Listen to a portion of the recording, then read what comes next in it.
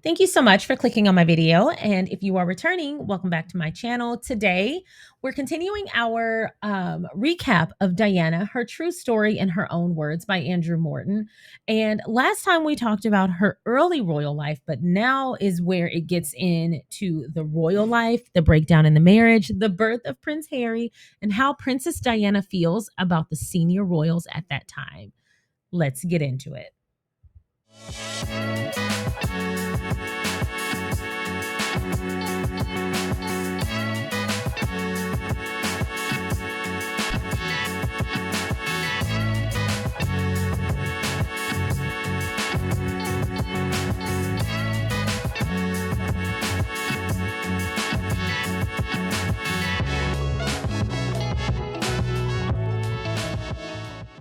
Once again, thank you so much for clicking on my video. If you haven't already, feel free to go ahead and like this video, subscribe to my channel, and turn on that notification bell. I want to say a big hello to all of the subscribers, the viewers, the members, everyone who supports the channel. And I'm going to curtsy to the royal court and the kings and queens. Thank you so much for being members of the channel and for supporting in all that you do. Now today, we are continuing our recap of Diana, her true story in her own words by Andrew Morton. And we are dissecting the area of her life where it's when she's in the royal life, not early royal life, but when she's in the royal life and living her day to day. We're going to hear more about what her day to day is like, how she feels about everyone in the royal family, all of the senior royals at that time, anyway, Christmas at Sandringham. And we're going to hear about the birth of Prince Harry. So we're going to start with her comments regarding tours. Now, she said that people often ask to see her instead of Charles. So if she were sitting away from a crowd or he was between them in the car, they would be like, we want to be on the side with Diana. We want to see Diana. And she said it was a surprise to her, but it upset him. And his jealousy reared its ugly head. And it always resulted in coming down on Diana. Everybody always said when we were in the car, "Oh, we're on the wrong side. We want to see her. We don't want to see him." And that's all we could hear when we went down these crowds. And obviously, he wasn't used to that, and nor was I. He took it out on me. He was jealous. I understood the jealousy, but I couldn't explain that I didn't ask for it. This is also the point that makes no sense to me. You want her to be good at the job. You want her to resonate with the public, but you don't want her to be better than you, despite you not being that good at the job. So you don't want someone to fill in where you may lack. You want someone to step back. It's not a winnable situation. And so that's why I felt Charles did not offer Diana support when she needed it. I also think it played into how he would often dismiss her when she was in distress, especially when it was at the hands of the press. Throughout her many attempts at taking her own life, he would often dismiss her or ignore her altogether. And later we'll hear how Queen Elizabeth felt about the pain that Diana was in and the illness that Diana suffered from. And it's actually quite surprising, especially since Diana found the Queen to be someone she admired a lot. And to hear how the Queen felt about her, it was a little disappointing, but we'll get there.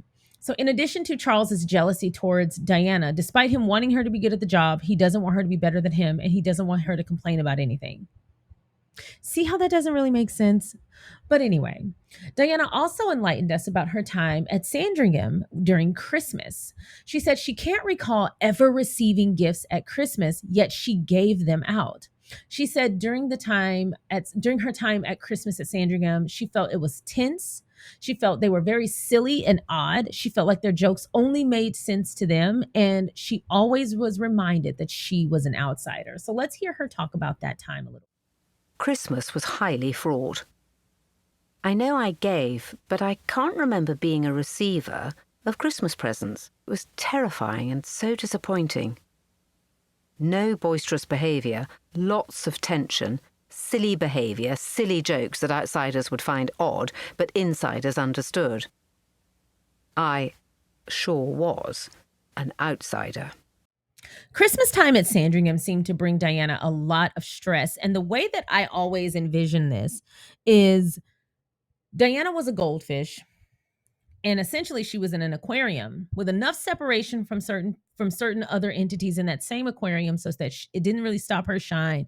She could just be an amazing goldfish, and she had her own little corner of the aquarium where she could exist peacefully. And then Christmas at Sandringham was the removal of Diana from that large aquarium and the removal of those piranha who were on the other side of the aquarium and putting them all in the same tiny fish bowl and shaking it up. She was a goldfish in a tiny fish bowl surrounded by piranha. And that is exactly how she felt when it came to Christmas at Sandringham. Now, the thing is, it's Christmas time. It's not only supposed to be the most joyful time of the year, but she's got two children. She's got family. They're rich. What more could she want? Well, that's what it looks from the outside in. But what's really going on is on the inside, they are consistently reminding her that she is not one of them. She is essentially being bullied and ostracized in her own, quote, family home. She's also in this situation where all these people are making the decisions and pulling the strings to her life. She's also lowest man on the totem pole. Even her husband doesn't check on her first. He checks on his mother, his grandmother, and his father first. She's also kind of not part of the in crowd, so she doesn't understand their jokes. She doesn't like their jokes. The way they do things don't make sense to her. And essentially, she's coming from a place of warmth and heart-centered of an operating system, and they're coming from a place of, well, she's also aristocratic. I mean, I guess it's just about who you are, not how much you have. But they're coming from a place of snobbish. They're being snobbish, and she doesn't represent them, and they don't represent her. And instead of them welcoming her in, they essentially, I guess they punish her for it. She's the one in the family who gets the most press. She also gets the most positive press. And despite that, despite her making them look good, they're still angry with her. Not all of them. And we'll hear who she did get on with in the family. Not all of them, but the majority of them. So now we get to this part of the story. Oh, before we move forward, if you haven't seen the movie Spencer, it's on Hulu right now for free. If you haven't seen the movie Spencer starring Kristen Stewart, I highly recommend it because Spencer focuses solely on Princess Diana's time at Sandringham during Christmas. And I think that's such an interesting time to focus on. It also has great music in the movie because when we talk about Diana, I always revert in my mind to post royal life or early royal life. There's really very little in between that pops into my mind first. As I'm walking through this novel, or excuse me, I call it a novel, but you know what I mean, this biography. As I walk through it, I'm still reminded of different eras of Diana's life, and I'm able to really give those focus that I normally wouldn't.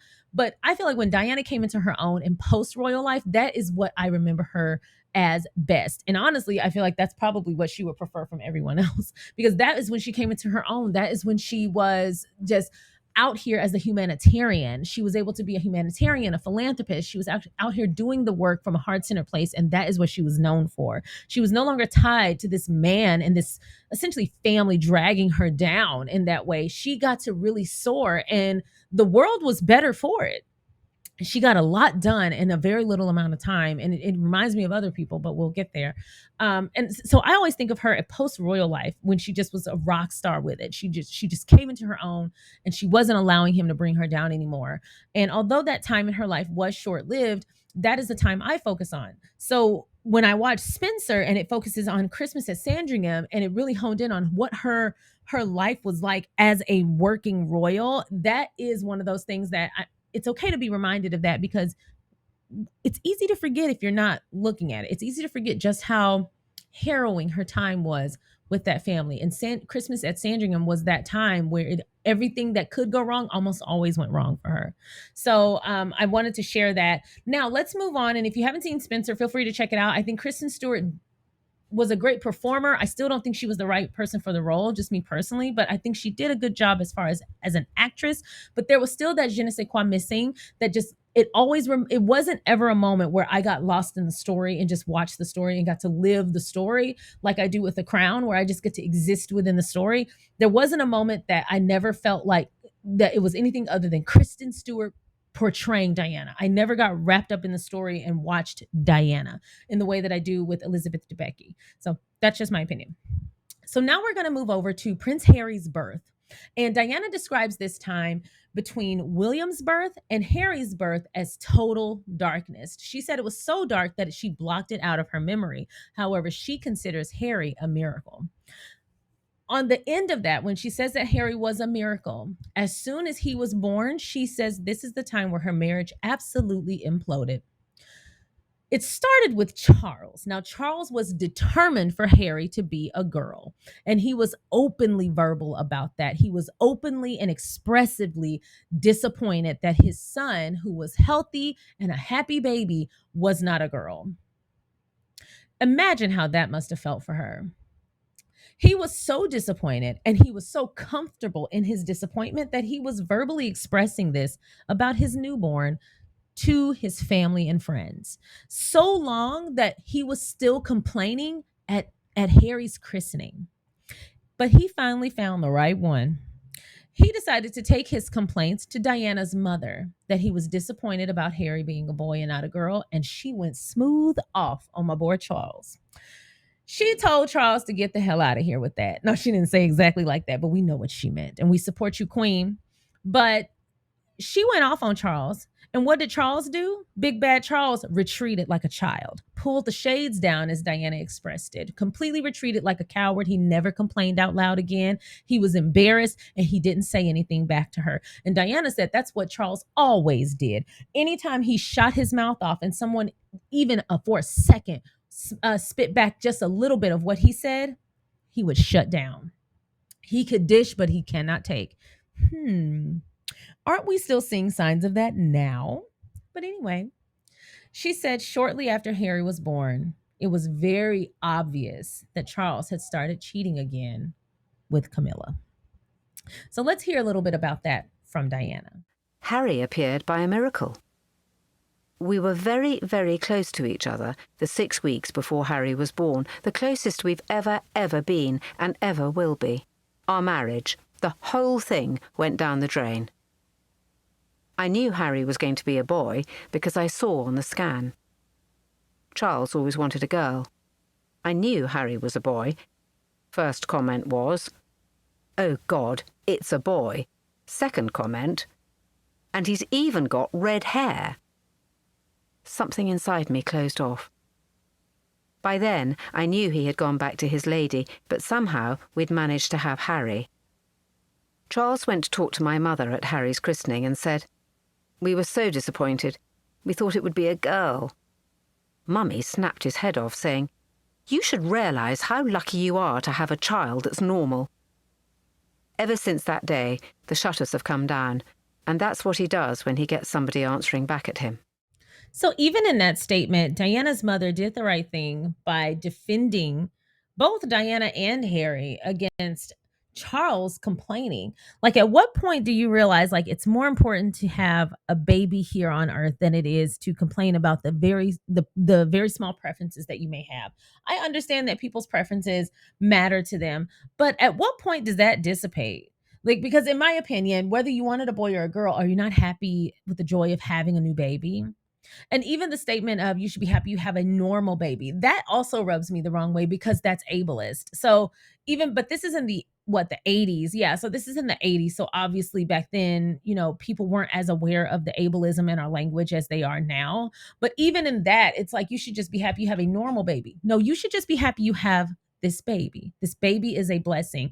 And yes, I'm sure you had a preference, and it's okay to have some disappointment related to that preference, but it should not be more important than celebrating and being happy with your baby. So I don't understand that. Charles just seems to be worried about the wrong things all the time, and this is the result of having spoiled children with no direction and no drive. He was just brought up to feel that he's entitled to any and everything that he wants. And I'm sure he raised his oldest son that same way, which is indicative in the way that both boys turned out. So then we get into a conversation with Diana regarding her feelings on, well, Andrew Morton does, regarding her feelings on each of the major or the senior royal family members. She gives us her feedback on Queen Elizabeth, Charles, the Queen Mother, Prince Andrew, Princess Anne, Princess Margaret, Diana's mother and grandmother, as well as a few other little tidbits. Now, we'll start with the Queen. With Queen Elizabeth, Princess Diana said that she admired her and she longed to get to know her better. Queen Elizabeth was very relaxed with Diana, and she said they had really good conversations. However, Queen Elizabeth blamed Diana for the implosion of her marriage to Charles and blamed it on Diana's bulimia. It made Diana realize that the whole family felt the same way. None of them blamed Charles for his cheating. None of them held him accountable for his lack of commitment and his lack of supporting her. They blamed her for having bulimia. They said it put too much on Charles, and that is why he pulled away. She also made it a point to say she never asked Queen Elizabeth's advice on anything. When she had to go to her to make a request, she would do just that, but she never asked for her advice. And she said it's because she always knew that Queen Elizabeth harbored resentment for her because she blamed Diana for the implosion of her marriage to Charles. This is part of the problem. We see this even today. And in non royal families, a lot of people have a hard time holding their sons accountable. It's interesting to see. And sometimes, and in most cases, it's the mothers doing it. It's so crazy. A lot of people will raise sorry men who have nothing to offer their family unit or their spouse, but they'll be like, well, he a good son and my son can't do no wrong and my son. But ma'am, your son is supposed to be self-sufficient and he's supposed to be an active member of his family. He's supposed to be the foundation of his family. And in some cultures and religions, he is supposed to lead the household. But people want to sit there and placate their sorry sons, give them any and everything they want, never had to work for anything, not being taught manners, not being taught respect, not being taught to value the men and women in their life, being taught misogynistic ideals. A lot of women will be on some, I make my sons play even when he's an adult. I make my sons play, and my son sees me make his father's play. Ma'am, do you realize that when he gets grown, you are creating a headache for someone else? Teach this man to be self sufficient. I'm not saying that you can't do anything for your spouse. I'm saying if your son don't know how to make a plate at the age of 15, then your son has a problem and so do you. Both of you do, both parents. Because if it's the mother doing it, then it means the father is likely not stepping up and stepping in. Every human being on this earth should be self sufficient. Every human being needs to know how to cook. Every human being needs to know how to wash their own clothes. Every human being needs to know how to clean up and clean up for themselves. Every human being needs to know how to dress their own toothbrush with toothpaste and set up their own bath and shower and iron and put their clothes in the washing machine, and how to set up the washing machine and how to load and unload the dishwasher and how to wash things by hand so that when appliances break, they're not stuck. Everyone needs to know how to exist on their own before they enter into a partnership.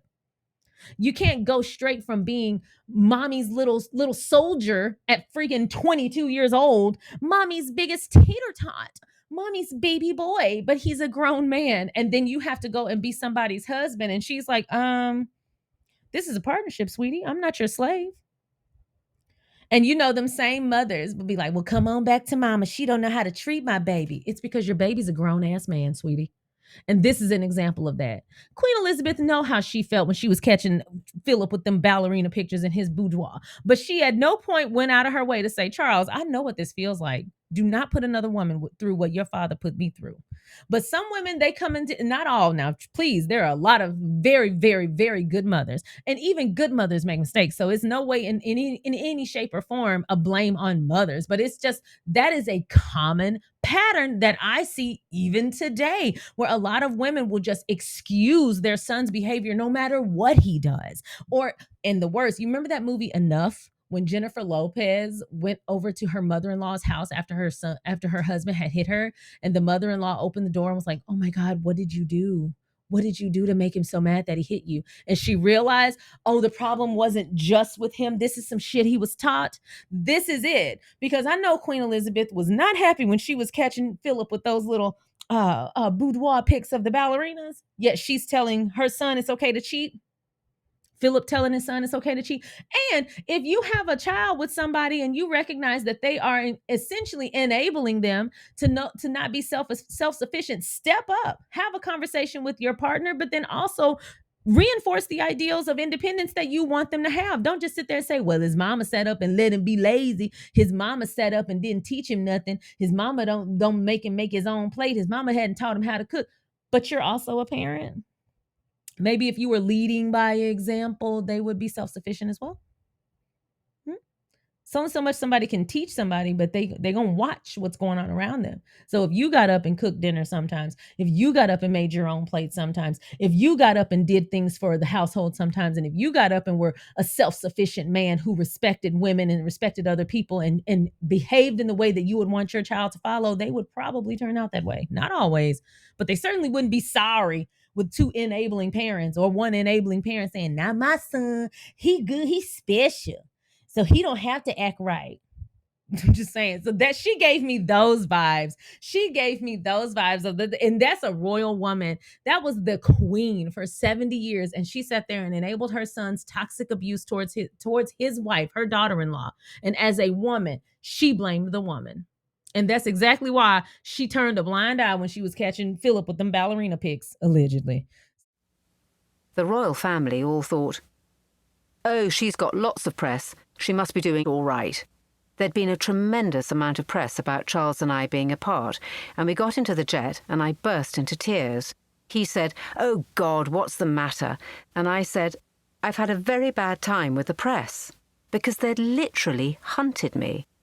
And he said, "Well, if you were in the right place, none of this would happen."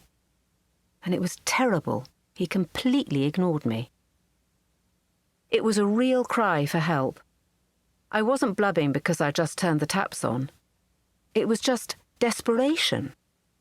And it showed in all the photographs. There were a few other things Diana took the time to clear up about Charles. And these were things that were either making headlines or circling the rumor mill at that time. She was accused of stopping him from hunting and shooting, but that actually was not true. He suddenly became vegetarian and refused to kill at that point, which led to him being ostracized by his entire family because they thought he'd gone mad. But he eventually returned to eating meat and returned to hunting and killing. Now, the reason they thought he had gone mad and the reason they were upset with him about it was because, one, he is the heir. And as Diana describes it, there were multiple properties from the royal family that have animals on them that need to be killed. They are prime for hunting because it keeps that it's population control for those animals and that herd. And so if he stops hunting, it encourages other people to stop hunting in that area as well. But if he stops hunting and stops eating meat, then they could become overpopulated with the things that they hunt for. So they were all kind of freaking out about it. But Diana said that this is something that Charles did in a lot of different areas of his life. He would often just get a spark and stop doing something drastic or start doing something drastic. He would just make a huge change out of nowhere impulsively, and then he would drop it out of nowhere and just go back to normal. And she said this was actually something he did often. He was quite impulsive with his habits. She also said she was blamed for trying to rid people from Charles's friend group, but that wasn't true either. Now, here's the thing. She put it all out there. Now, keep in mind, at the time that this was released, Diana was still in the royal family and still married to Prince Charles. And these people were still alive and still in Charles's friend group. So listen to what she had to say. I never wanted to get rid of anyone in Charles's group of friends. I just wanted to keep my head above water. It was Charles's choice when we first got married not to run around with the PTs, Palmer Tompkinsons, with the PBs, Parker Bowleses, and everything. It was his decision. He wanted to try and have a home life of some sort, but he didn't know how to do it because he's never been taught. She said a mouthful. He wanted to have a home life of some sort, so he cut off certain or certain friends, excuse me. If the friends in your inner circle do not promote healthy habits for you as a family man or as an individual person, whatever, if the people in your life do not encourage you to be your best in as many ways as possible, that is not a group of friends that you should be part of. It sounds like he was on the straight and narrow and he started that way, but Diana said a mouthful. He'd never seen a healthy home life. And that's exactly what I just said. His own mom just accepted cheating as part of being married. That's just what she accepted. And I kind of want to go into a deep dive into Queen Elizabeth's upbringing as well, which is something that is of great interest to me, especially since, we all know the story behind how her father took the throne, how she ended up taking the throne very early in life. I would describe those as semi or full on traumatic events for both her dad and for her. And so that might be something we explore later. But nevertheless, Charles never saw a happy, healthy home life. So even when he gave it his best effort, he was doing so blindly. He wasn't leading from experience. He wasn't leading from any place of being guided. He did not have a mentor in that area. It's interesting. We can pull out the red box and teach you how to be a king all damn day. But when it comes to being a husband, everybody turn a blind eye. And that's falling back on Philip, but also Queen Elizabeth, because again, they're in a sticky widget. Philip was or was not a husband that Queen Elizabeth wanted in all ways. She might have not minded his cheating. Nobody knows that but QE2. She might have been cool with it. Who knows? She might have been setting him up so that he could be happy. I don't know. But what I will say is Charles did not see a faithful father, and he did not follow in line as being a faithful father. But it does show with him cutting off these friends, it shows that he was trying to take some semblance of control and own his relationship with his wife. He later went back into those habits. And I'm going to go out on a limb here, and judging by what Queen Elizabeth has said, that she blamed Diana. Diana has said that Queen Elizabeth blamed her for the implosion of her marriage to Charles because she had bulimia. So she blamed Diana for the implosion of the marriage, not because of the cheating. We do know the Queen Mother was cool with Charles cheating on Diana and made fun of Diana for being hurt by Charles cheating. We know that. We talked about it in an earlier video. Diana was surrounded by vipers. It was a network of deceit. And Charles, at least he gave an effort up front. But listen, it's not worth anything if you didn't actually follow through. It's almost like just doing things for PR. I'm going to cut these people off so that I can have a healthy, happy family. But because, I don't want to keep that up, I'm going to continue being friends with them and continue keeping negative influences in my life. And I'm going to continue doing dirt. Let me just say this. The effort was there in the beginning. Whatever changed his mind was all on him. Also, you a grown man. Regardless of your influences, you know right from wrong. And if you don't want to cheat on your wife, can't nobody make you. And if you want to cheat on your wife, but you know it's wrong, you know how to stop yourself from doing anything that's inappropriate. Let me say this, and this is why I say that cheating is not an accident and cheating is not a mistake. It is a choice. It is a choice to harm your spouse, because the idea or the chance of them finding out and being absolutely crushed is always there. So in the moment that you even strike up any kind of kinship that could lead to impropriety when you are married, you are already doing the dirt. As soon as you plant the seed and you put it in the dirt, you cover it with dirt, you put it in the sunlight, you water it and you water it and you water it and you trim the weeds and you check on it and you square it off so that rodents can't get to it, and you nurture this seed until it grows into a plant. You are already doing the dirt. You were already playing in the dirt when you went and got the seed and you planted it.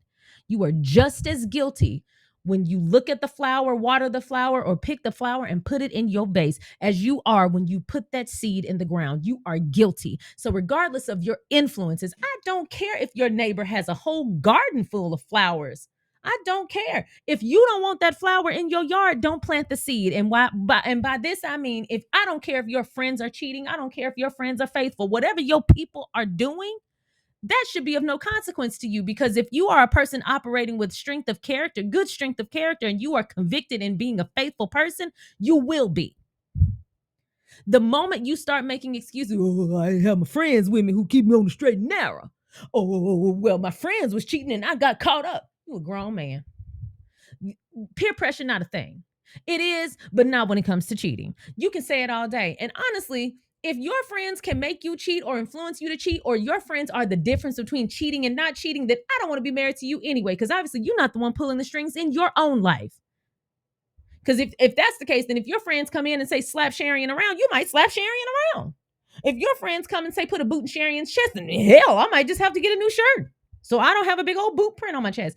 Who knows? If your friends can or cannot impact you cheating whatsoever, then they can impact you doing anything. Because if it's not in you to do it, you won't do it.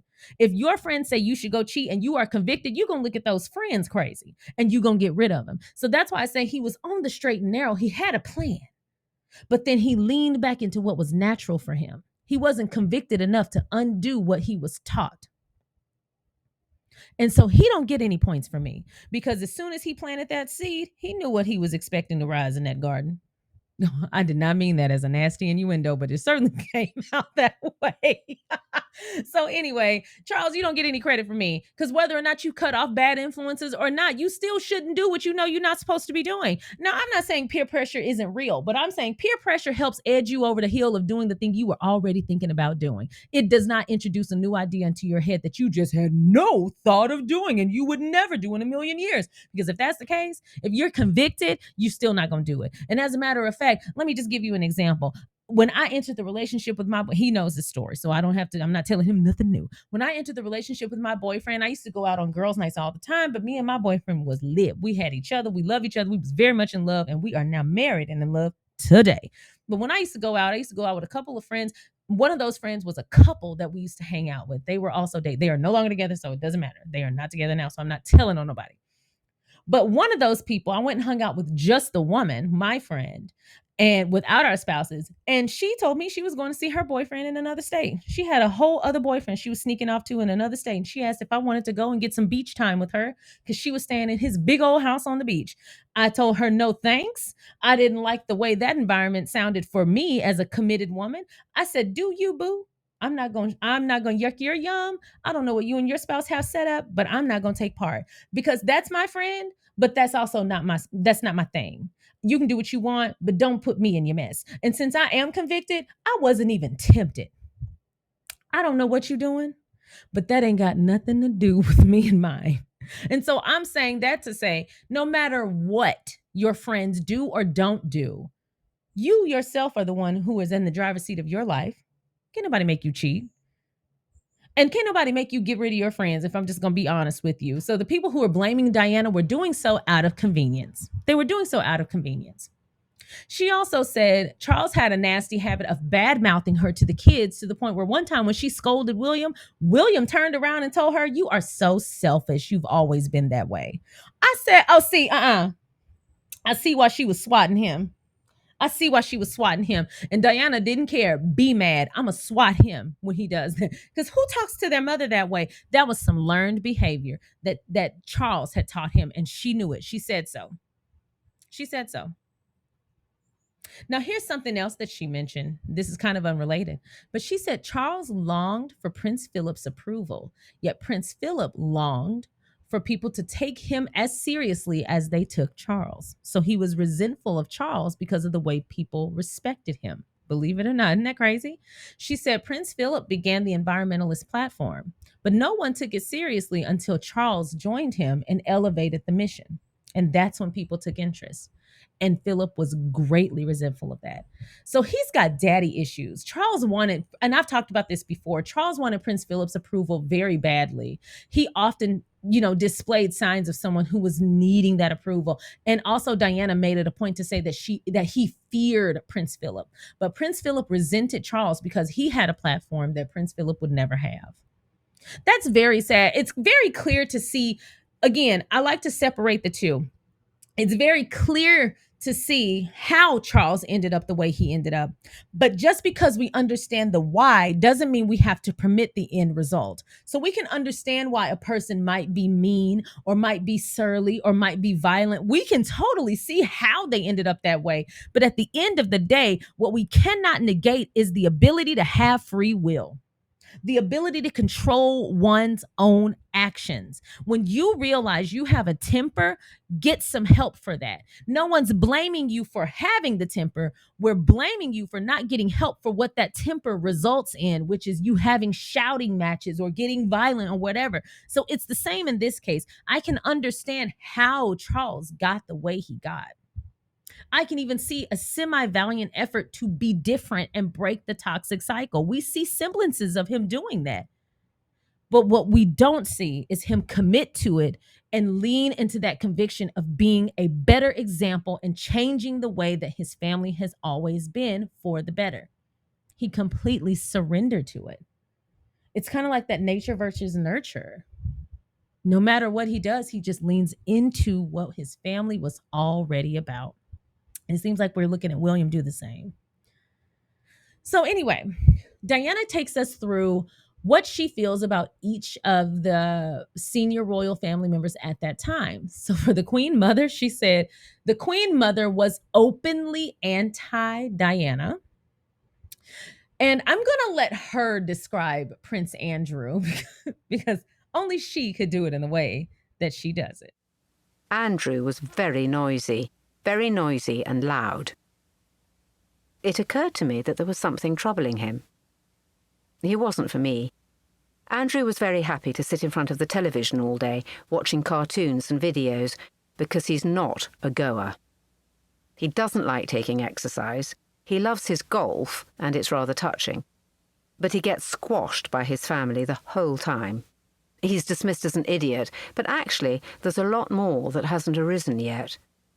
He's very shrewd, believe it or not. So despite her saying a few very nice things about him, she read his ass down. Noisy and loud, sitting in front of the TV all day watching cartoons. They dismissed him as an idiot. Oh my gosh. Well, nobody said they was lying about that now. Now, for Princess Anne, she said she actually admired Princess Anne enormously. She kept out of her way and she didn't ruffle her feathers, and Princess Anne didn't ruffle hers. Despite the press's comments, Princess Anne was never expected to be godmother to Prince Harry because she was already his aunt, and that was never a point of contention, despite the press constantly pitting them against them over the topic. She said Princess Margaret was always very sweet to Diana and she loved her. She said they actually loved one another to bits. She said she absolutely adored Princess Margaret, who she called Margot. She also gave us a little insight into her mother and her grandmother. She said that her mother and grandmother did not get along.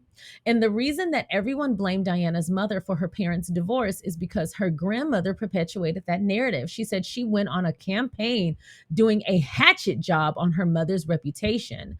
She said that her father, the Earl Spencer, came out like a saint and her mother took all the blame. And when her mother divorced Peter Shandkid, because he was a cheater, he cheated on her. She took it very hard to the point where she could barely go having a conversation for about a year without crying.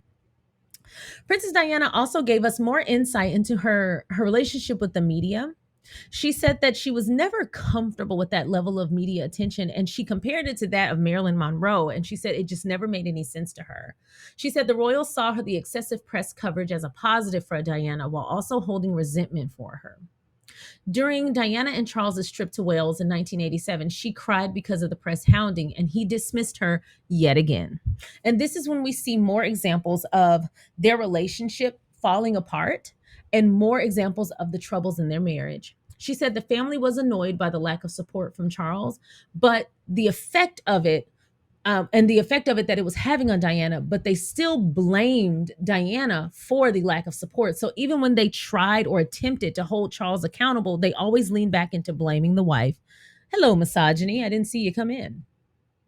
Charles never took her seriously and often pushed her away, even in desperate cries for help. He essentially blamed it on her bulimia and said that she was mentally unwell, and he reinforced this idea to the queen, who told the entire family. Diana kind of described this as them mobbing against her. And if you know what that experience is like, it's absolutely terrifying, which explains why Sandringham was what it was for her at Christmas time. There was one incident where Diana passed out in public because of lack of nutrition and she was being overworked. She passed out, and Charles took that time to pull her aside and scold her because she didn't pass out quietly. When I tell you,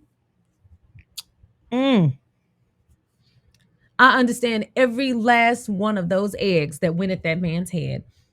I understand every atom that makes up the yolk, that makes up the white part, that makes up the shell, that flew through the air, that almost hit that man. Just a little bit to the left next time. That is just absolutely disgusting. Like that's not something that's not learned behavior. That's a lack of a soul. That's an NPC right there.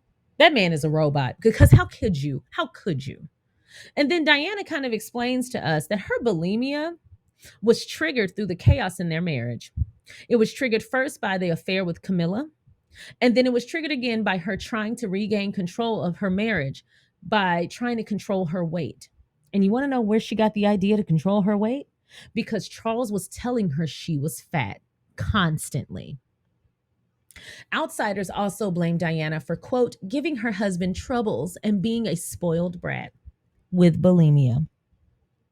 The public wanted a perfect princess from a fairy tale, yet insiders became jealous of her popularity and condemned her for her own illness.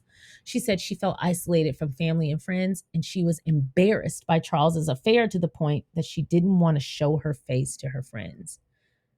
This is again why I say Charles did what Charles did, and Charles was wrong. But every last person in her network who was complicit is wrong.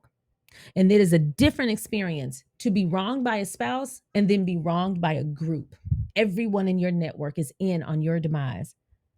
One of these things is awful and can lead to severe trauma, and the other one could be absolutely life ending.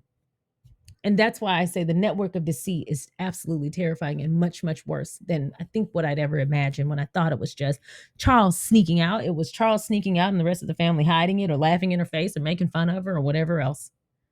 But I want to hear her talk more about the fainting spell. So let's hear, and this is again not Diana, this is someone reading Diana's words on her behalf. But let's hear her talk about her fainting spell and Charles's response to it. We'd been walking round for 4 hours. We hadn't had any food, and presumably I hadn't eaten for days beforehand. When I say that, I mean food staying down. I remember walking round feeling really ghastly. I put my arm on my husband's shoulder and said, "Darling, I think I'm about to disappear," and slid down the side of him. Whereupon David Roycroft and Anne Beckwith Smith, royal aides who were with us at the time, took me to a room. My husband told me off. He said I could have passed out quietly somewhere else, behind a door. Afternoon in California, she was looking hot, tired and pale. The stuffy atmosphere inside got to her. Lost in the crowds for a moment, she stumbled and briefly fainted. She was led away, much distressed by her doctor, Surgeon Commander Ian Jenkins. The Prince followed behind. She recovered in the pavilion's washroom. Police, fearing the worst, did a certain amount of panicking. And in a short while, she was driven away, waving a little weakly. Everyone was very concerned. While Anne and David were bringing me round, Charles went on round the exhibition. He left me to it. I got back to the hotel in Vancouver and blubbed my eyes out. Basically, I was overtired, exhausted, and on my knees because I hadn't got any food inside me. Charles said, "She must go out tonight, otherwise there's going to be a sense of terrific drama, and they're going to think there's something really awful wrong with her." Inside me, I knew there was something wrong with me, but I was too immature to voice it. So I'm seeing Charles fail to show up on a human level here. It's not just that she's his wife, but she is. It's not just that she is his son's mother, but she is. It's the fact that she's a human being. And he couldn't care any less than he already did about her well-being. We're seeing that her being overworked and malnourished is having a medical effect on her. And he couldn't bat an eye. The thing is, her doctors gave her orders that she needed to rest and build up her nutrients again, and she would not be able to go out that night. But Charles, still agenda minded and not really concerned about the humanity of the wife that he has, the woman he has children with, the woman he married, just the human. He's not concerned about her at all. He made her go out that night. That is your king. He made her go out that night. So I want to just move into the area of charity work, because did y'all know that Princess Diana was not allowed to choose her own charities in the beginning, and she did not speak up?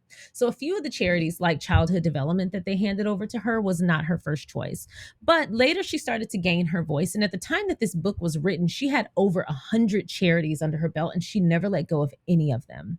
She gave 110% to each and every one of them. But when she began choosing her own charities, she liked to lean into the realm of terminal illness and stigmatized diseases. One of which, and she's most famous for, her work in the area of AIDS and mental health. She talked about working with people who were terminally ill and not ever really being afraid of the idea of death. She said it took a great she saw it as of great importance to be with people in those hours of their life. And so when she was requested to be at the bedside of her very dear friend who died of AIDS, she was there. So let's hear her talk a little bit about As for her working charity with work. the dying, it doesn't frighten me when people die, like Adrian Ward Jackson, my friend who died from AIDS-related illnesses. It doesn't frighten me at all. He said he wanted me to be there at the end. It's a privilege. I'm not so gripped by those who are getting better. Just the ones on their way out that I feel a deep need to be with. So I was really moved by that comment because, one, we've talked at length, so I don't have to reiterate that Diana wasn't about the fluff stuff. She was about the impact, and she was about the hard work.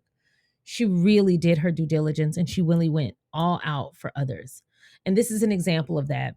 A lot of people, they can pull away from things that make them feel sad or bad, but I think one of the things that Princess Diana did was made people feel seen because she actually saw people. She could see through whatever the mask was. And I think that resonates with people who are, as she put it, on their way out. Because those are usually the people who don't get the resource because they're considered, well, it's why even bother, essentially. They're the forgotten. And one of the things that it should have never happened, but I think one of the things that came from her feeling ostracized was her recognizing that in other people and giving them warmth. And so I wanted to include that because as we continue to recount this book, the Diana, Her True Story in Her Own Words by Andrew Morton, which is her biography that she participated in fully. As we continue, we will talk about the drama, we'll talk about the fashions, we'll spill some royal tea. But at the end of the day, Princess Diana is no longer with us. But what is still with us is her legacy and what she stood for, not only what she meant to a lot of people, but what a lot of people meant to her resonated in how she carried herself. The people who were, as she put it, on their way out, those are people who struck her as needing her more. And those are the people that she resonated with and flocked to. I think that's just something so special in that. There's something so special and selfless in that. She wasn't worried about the aesthetic. She wasn't worried about the fluff, the cosmetic, the just the superficial nature of anything. She just wanted to be impactful and she wanted to act where it mattered. And so that's where I wanted to leave us before we get to the next recap in 2 weeks. That's where I wanted to leave us. Is how are we spending our time individually? Are we flocking to meet needs? Are we operating from a heart-centered place? Are we doing what we think impacts society and ourselves and the people around us the best way? What are we doing, and are we doing it for aesthetics? I say this all the time. I operate from a place of peace. I operate from a place of just always seeking and wanting peace. And I always want that for other people. And it's obvious that Diana was the same, just heart centered and wanting and spreading peace and love. And so every time I recap part of this biography, I'm reminded that there are so many opportunities every single day that we can be of service to those around us and to those that are not around us and to society as a whole. And so that's my challenge in the next 2 weeks, to find different ways to be impactful and find ways to operate from a heart centered place and operate from a place of peace.